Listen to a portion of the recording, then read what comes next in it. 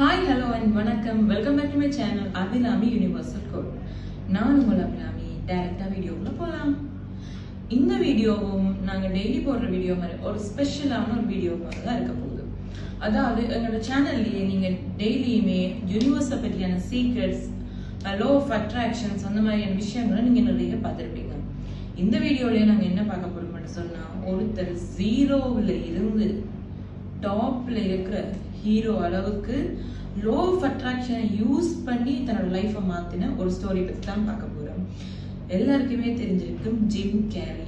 இந்த gym carry என்று சொல்றவர், அவர் நானா சொல்லல, அவரே தன்னோட வாயால் சொல்லியிருக்காரு, நான் இங்க லோ ஆஃப் அட்ராக்ஷனை யூஸ் பண்ணி தான் நான் இந்த நிலைமைக்கு வந்திருக்கிறேன் அப்படின்றது அவரே நிறைய இன்டர்வியூஸ்ல கொடுத்திருக்காரு. அது எப்படின்றது நாங்க இதை பத்தி பார்க்க போறோம். இந்த ஜிம் கேரி கனடாவில் ஒரு புவரான ஒரு ஃபேமிலியில பிறக்கிறாரு. அவருக்கு 4 சிப்லிங்ஸ் இருக்கு. சாரி, அவரோட சேர்த்து 4 பேர் இருக்கிறாங்க. அவருடைய ஃபேமிலியில டோட்டல் சிப்லிங்ஸா இருக்கிறாங்க. இவர் தான் அதுல கடைசி பிள்ளையா இருக்கிறாரு. ஸோ அவருடைய ஃபேமிலி பேக்ரவுண்ட் ஆல்வேஸ் புவரான ஃபேமிலி என்னபடியா, அம்மா ரொம்பவுமே கஷ்டப்படுறாங்க, அப்பா ரொம்பவுமே கஷ்டப்படுறாரு. அம்மாவுக்கு உடம்பு சரியில்லாம போகுது. ஜிம் கேரி அப்ப படிச்சுட்டு இருக்காரு. கிட்டத்தட்ட அப்ப அவருக்கு 10 வயசு அப்படி இருக்கும். அவர் தான் அந்த வீட்டிலுடைய கடைசி பிள்ளை. அவங்களுடைய அப்பா இந்த 4 பேர் மொத்தமா 5 இவ்வளவு பேருக்கும் சேர்த்து தனியா ஒரு ஆளா நின்று அவரால் எதுவுமே பண்ண முடியாம இருக்குது. சோ அப்படியே நாட்கள் போய்கொண்டிருக்குது. அப்ப ஜிம் கேரி இதை பார்த்து ரொம்பவுமே வேதனைப்படுறாரு. இப்ப நான் சின்ன பிள்ளையா இருக்கேன், பட் என்னோட ஃபேமிலிக்கு நான் எதுவுமே செய்ய முடியல அப்படின்னு சொல்லி அவர் ரொம்பவுமே கஷ்டப்படுறாரு, கவலைப்படுறாரு. ஆனாலும் அவருக்கு ஒரு விருப்பம் இருந்திருக்கு. இப்ப எல்லாருக்கும் நான் எப்படி ஆகணும், என்ன மாதிரியான லைஃப் வாழணும்னு சொல்லி ஒரு ட்ரீம் லைஃப் அப்படின்னு இருந்திருக்கும். இதான் கேரியர் சூஸ் பண்ண போறேன் அப்படின்னு ஒரு இது இருந்திருக்கும். சின்னலே இருந்தேன். ஆனா அவருக்கு எல்லாரையும் விட வித்தியாசமான ஒரு ட்ரீம் ஒன்று இருந்திருக்கு. என்னன்னா, நான் ஒரு ஆக்டர் ஆகணும், அதை விட ஒரு காமெடியன் ஆகணும் அப்படின்னு சொல்லி அவருக்கு ஒரு ஆசை இருந்திருக்கு. அதுக்காக போயிட்டு எப்பெல்லாம் அவர் வீட்டுல கஷ்டப்படுறாரோ, கவலையா இருக்கிறாரோ, அந்த டைம் எல்லாம் அவர் என்ன பண்ணுவாராம், அவங்கள வீட்டுல இருக்கிற மிரருக்கு முன்னாடி போயிட்டு ஃபேஸை எக்ஸ்பிரஸ் பண்றது, எக்ஸ்பிரஷன் வித்தியாசமா காட்டுறது, காமெடியா வச்சுக்கிறது, அப்படி இப்படி எல்லாம் தான் பண்ணி தன்னை தானே தேற்றிக்கிட்டு இருக்கிறேன் அப்படின்னு சொல்லி அவர் நிறைய இன்டர்வியூஸ்ல சொல்லியிருக்காரு. ஸோ இப்படிதான் அவருடைய வாழ்க்கை நகர்ந்து போய் கொண்டு இருக்குது. அப்ப அவர் என்ன செய்யறாருன்னு சொன்னா, நிறைய இடத்துக்கு அவரோட ரெசியூம்ஸ் எல்லாம் அனுப்பி வைக்கிறாரு. கிட்டத்தட்ட அவருடைய 10 வயதுலயே அவர் இந்த மாதிரி காமெடி ஷோஸ் அந்த மாதிரி ஏதாச்சும் எனக்கு கிடைக்குமா அப்படின்னு சொல்லி நிறைய இடத்துல அனுப்பி வைக்கிறாரு. பட் எதுவுமே ஒர்க் அவுட் ஆகல. இருந்தாலும் அவர் தன்னோட லைஃபை கண்டினியூ பண்ணிக்கொண்டே இருக்கிற மாதிரி தான் போயிட்டு இருக்குது. இவருடைய 15வது வயதுல என்ன நடக்குதுன்னு சொன்னா, அவருடைய அப்பாவுக்கு வேலை போகுது. அது நிமித்தமா வீட்டுல ரொம்பவுமே கஷ்டப்படுற ஒரு நிலைமையா இருக்குது. அம்மாவுக்கும் உடம்பு சரியில்லாம போகுது. வேற வழி இல்ல. அப்ப ஜிம் கேரி அவருடைய பள்ளி பருவத்தை முடித்து கொள்ள வேண்டிய கட்டாயத்துக்கு அவர் தள்ளப்படுறாரு. அப்ப அதனால அவர் ஸ்கூல்ல இருந்து லீவ் ஆகுறாரு. ஸோ அவருடைய படிப்பை அதோட இடைநிறுத்துற மாதிரியான பிரச்சனை வந்தோன்னா அவர் இடைநிறுத்தப்படுறாரு. பட்டுட்டு ஒர்க் பண்றாரு. சாதாரணமா ஒரு மனுஷர் வேலை செய்யற மாதிரி அவர் நார்மலா வேலைக்கு போய்கொண்டிருக்கிறார். இருந்தாலும் அவருடைய கனவு லட்சியத்தை அவர் மாற்றிக்கொள்வதாக இல்லை. ஆனா வாழ்க்கை இப்படியே போய்கொண்டிருக்குது. அவருக்கு ஒரு தரம் என்ன பண்ணினாருன்னு சொன்னா, இவருக்கு இந்த லோ ஆஃப் அட்ராக்ஷன்ஸ் பற்றி அவர் கேள்விப்படுறாரு. ஈர்ப்பு விதி, நாங்க என்ன நினைக்கிறோமோ அதுதான் என்னோட லைஃப்ல நடக்கும் அப்படின்ற விஷயத்த இவர் கேள்விப்படுறாரு. ஸோ அதை நம்புறாரு. இந்த பிரபஞ்சத்தை நம்பி இந்த மாதிரி ஒரு விஷயம் இருக்குது, ஸோ நான் என்ன நினைக்கணும் அதுதான் ஆவரன்றதை நம்பி அவர் தன்னை ஒரு பெரிய சக்சஸ்ஃபுல் பர்சனா நினைச்சு கொள்றாரு.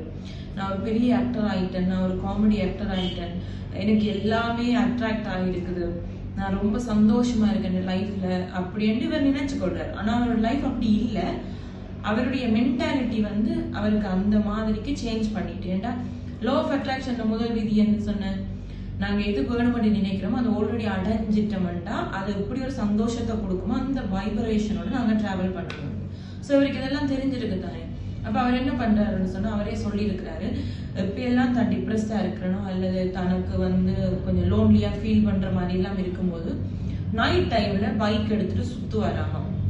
அப்படி போகும் பொழுது அவர் தான் ஒரு சக்சஸ்ஃபுல் ஒரு ரிச்சஸ்ட் பர்சன் எப்படி பிஹேவ் பண்ணுவாரு அந்த மாதிரி என்ன எல்லாரும் அப்படி பாக்குறாங்க, ரொம்ப ஹீரோவா பாக்குறாங்க. இப்ப நான் வந்து சக்சஸ்ஃபுல்லா கை நிறைய கேஷோட சந்தோஷமா இந்த வாழ்க்கை வாழ்றேன் அப்படின்னு ஒரே இந்த குஷியோட அவர் டெய்லி டிராவல் பண்ணுவாராம். ஆனா அவர் டிப்ரெஸ்டா இருக்கும்போது எல்லாம் பண்ண வலிக்கிட்டுருவேன், ஏன்னா அந்த மூடுக்கு நான் வந்து மாறிடணும் அப்படின்னு சொல்லி. ஆனா வாழ்க்கையில வந்து இவரோட விஷயங்கள் இப்படி எல்லாம் போய்கொண்டிருக்கும் இவருக்கு நிறைய கோபங்கள் ஏற்படுது, கோபங்கள் ஏற்படுத்தப்படுது. இருந்தாலுமே அந்த கோபத்தை வந்து காமெடியா மாத்துறாரு, அவருடைய நகைச்சுவை தன்மைக்கு அவர் கொண்டு வர்றாரு. ஏன்னா அந்த கோபமா பட்டிருந்தாருன்னா இன்னைக்கு அவர் அழிந்திருப்பார். அப்படித்தானே, கோபம் நிறைய பேர் அழிக்கும், அது உண்மை. சோ வந்து அவர் வந்து அந்த பாசிட்டிவா அதை எடுத்துக்கொண்டு காமெடியா வந்து சேஞ்ச் ஆகுறாரு.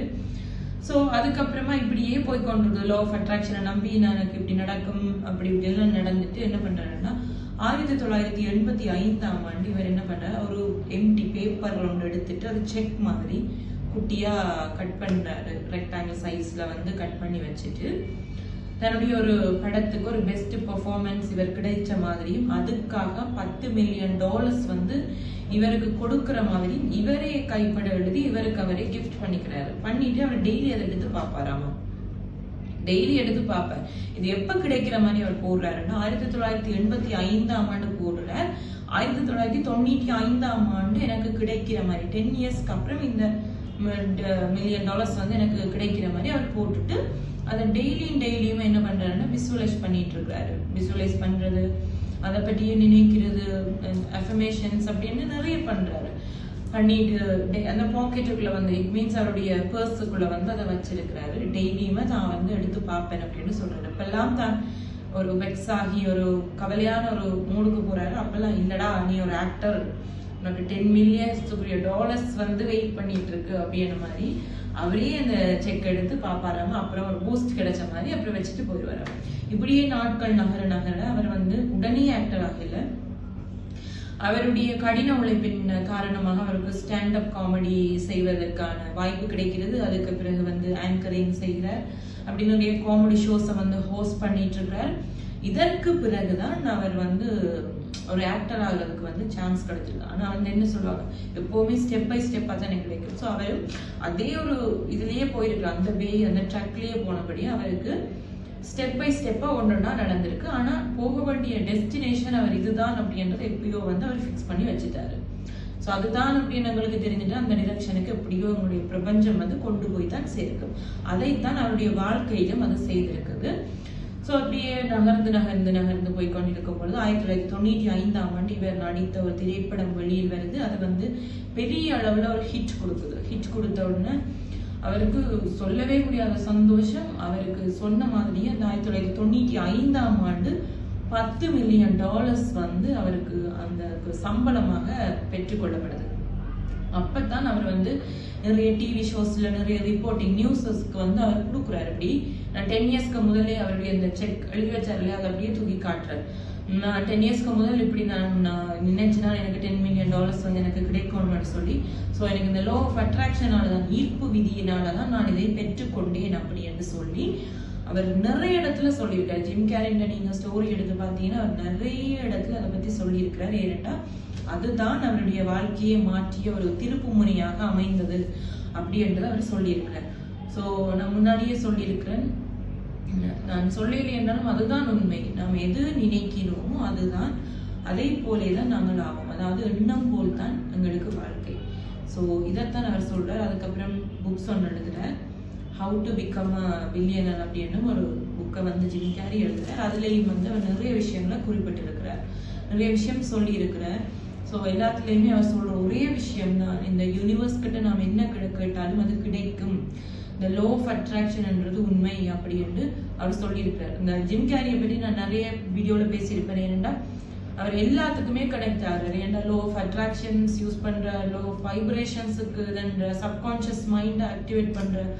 ஸோ லோ ஆஃப் அட்ராக்ஷன் மட்டும் இல்லாமல் நாங்கள் எல்லாத்தையுமே நாங்கள் சேர்த்து, நிறைய பேருக்கு லோ ஆஃப் அட்ராக்ஷன்ஸ் வந்து ஃபெயிலியர்ல முடிஞ்சிருக்கும். ஃபெயிலியர்ல முடிஞ்சதுக்கு என்ன ரீசன் அப்படின்னு சொன்னா, நாங்கள் ஒரு விஷயத்த நினைச்சிட்டு அப்படியே விடக்கூடாது. நான் சொன்ன மாதிரி இப்போ எனக்கு வந்து நான் ஒரு சக்சஸ்ஃபுல் பர்சன் ஆகணும்னு மட்டும் சொன்னா, நீங்க கை முழுக்க காசை வச்சுட்டு நீங்க ஒரு சக்சஸ்ஃபுல் ஆனதுக்கு அப்புறமா சேடா உட்காந்துட்டு இருப்பீங்களா? இல்லை, அப்படி நடக்கவே நடக்காது. ஏனென்றா சக்ஸஸ் ஆகிட்டேன், நான் நினைச்ச ஒரு டார்கெட்டை அடைஞ்சிட்டேன், அவ்வளோ சந்தோஷமா இருக்கணும். அந்த ஒரு மனநிலைக்கு நாங்கள் வரணும். அப்போ விசுவலைஸ் பண்ணுறதை விட நாங்கள் வந்து எங்களோட ட்ரீம் லைஃப்பை நாங்களே, அதாவது எங்களுடைய மனக்கண்களோட ஃபர்ஸ்ட் பார்க்கணும். பார்த்து நீங்கள் அதை கிடைச்ச அவ்வளோ சந்தோஷப்படுவீங்களோ அந்த சந்தோஷத்தோடய வாழணும். அதை விட்டுட்டு மனதுக்குள்ள சோகத்தையும் துக்கத்தையும் ஒரு அவநம்பிக்கையும் வைத்துக்கொண்டு இதுகளெல்லாம் கேட்டால் கண்டிப்பாக கிடைக்கப்படாது. ஸோ உங்களுடைய வைப்ரேஷன்ஸை வந்து நீங்கள் ஹையாக வச்சுக்கொள்ளணும். அந்த ஹை வைப்ரேஷன்ஸ்க்கு என்னெல்லாம் செய்யலாம்னு நான் உங்களுக்கு ஆல்ரெடி போட்டிருக்கேன். லோ ஆஃப் வைப்ரேஷன்ஸுக்கு மூலமாக நான் போட்டிருக்கேன். அதில் நீங்கள் பார்த்து தெரிஞ்சுக்கொள்ளுங்கள். எப்படி இதை ஆக்டிவ் பண்ணுறதுன்றதையும் பார்த்து தெரிஞ்சுக்கொள்கிறேன். இது வந்து என்னென்னு சொல்கிறது, பொய் இல்லை, கட்டு கதைகள் இல்லை, மேஜிக் இல்லை, கிட்டத்தட்ட மேஜிக் மாதிரி தான். ஏன்னா இது உண்மையான ஒரு நிகழ்வு. இது பிரபஞ்சம் வந்து உங்களுக்கு நிகழ்த்துதுன்னு வரும் வார்த்தையாக மட்டுமில்லை, சயின்டிபிக் ரீதியாக நான் இதை வந்து உங்களுக்கு நான் சொல்லியிருக்கிறேன், நிரூபித்திருக்கிறார்கள். இவ்வாறு நடக்கிறது உண்மைதான், நாம் எதை நினைக்கிறோம் அதுதான் ஆகிறோம் அப்படின்றது உண்மைதான் அப்படின்ட்டு நிரூபணம் ஆகியிருக்கிறது. ஸோ அதனால இந்த ஜிம் கேரியர் மாதிரியே நிறைய பேர் தங்களுடைய வாழ்க்கையில வந்து இந்த லோ ஆஃப் அட்ராக்ஷனை யூஸ் பண்ணி சக்சஸ் ஆகியிருக்கிறாங்க. அதுக்கு உதாரணமா ஸ்டீவ் ஹார்வியோட வீடியோன்னு போட்டிருப்பேன். அவரும் நிறைய இடத்துல இப்போ வரைக்குமே அவர் சொல்லியிருக்காரு, நிறைய இடத்துல இப்போ வரைக்குமே அவர் சொல்றாரு லோ ஆஃப் அட்ராக்ஷனால தான் என்னோட லைஃப் மாறினதுன்னு சொல்லி. ஸோ அடுத்த எக்ஸாம்பிளாக நாங்கள் ஸ்டீவ் ஹார்வியோட வீடியோவும் பார்த்துட்டோம். ஸோ அடுத்தடுத்த வீடியோஸில் நான் வேறு வேறு சக்ஸஸ்ஃபுல் பர்சன்ஸை பற்றி நான் உங்களுக்கு போடுறேன். ஸோ இவ்வளவுதான் இந்த ஸ்டீவ் ஹார்வியோட விஷயம். ஸோ இந்த வீடியோ உங்களுக்கு பிடிச்சிருந்தா லைக் பண்ணுங்கள், கமெண்ட் பண்ணுங்கள், ஷேர் பண்ணுங்கள், ஃப்ரெண்ட்ஸ் அண்ட் ஃபேமிலிக்கு ஷேர் பண்ணி விடுங்க. அது மட்டும் இல்லாமல் என்னுடைய சேனலை வந்து சப்ஸ்கிரைப் பண்ணாமல் நீங்கள் இவ்வளோ நேரம் பார்த்துட்டு இருந்தீங்கன்னு சொன்னால் ஒரு சப்ஸ்கிரைபை பண்ணி விட்டுருங்க. அப்போ தான் இந்த மாதிரியான நிறைய வீடியோஸ் நான் உங்களுக்கு போட்டிருப்பேன். ஸோ நீங்கள் பக்கத்துக்கு பெல் பட்டனையும் ப்ரெஸ் பண்ணி வச்சுக்கொள்ளுங்க. அப்போ தான் நான் ஒரு வீடியோஸ் எல்லாம் உங்களுக்கு நோட்டிஃபிகேஷன்ஸ் உடனே வந்து சேரும். ஓகே, நான் இன்னொரு வீடியோவில் உங்களை நான் சந்திக்கிறேன்.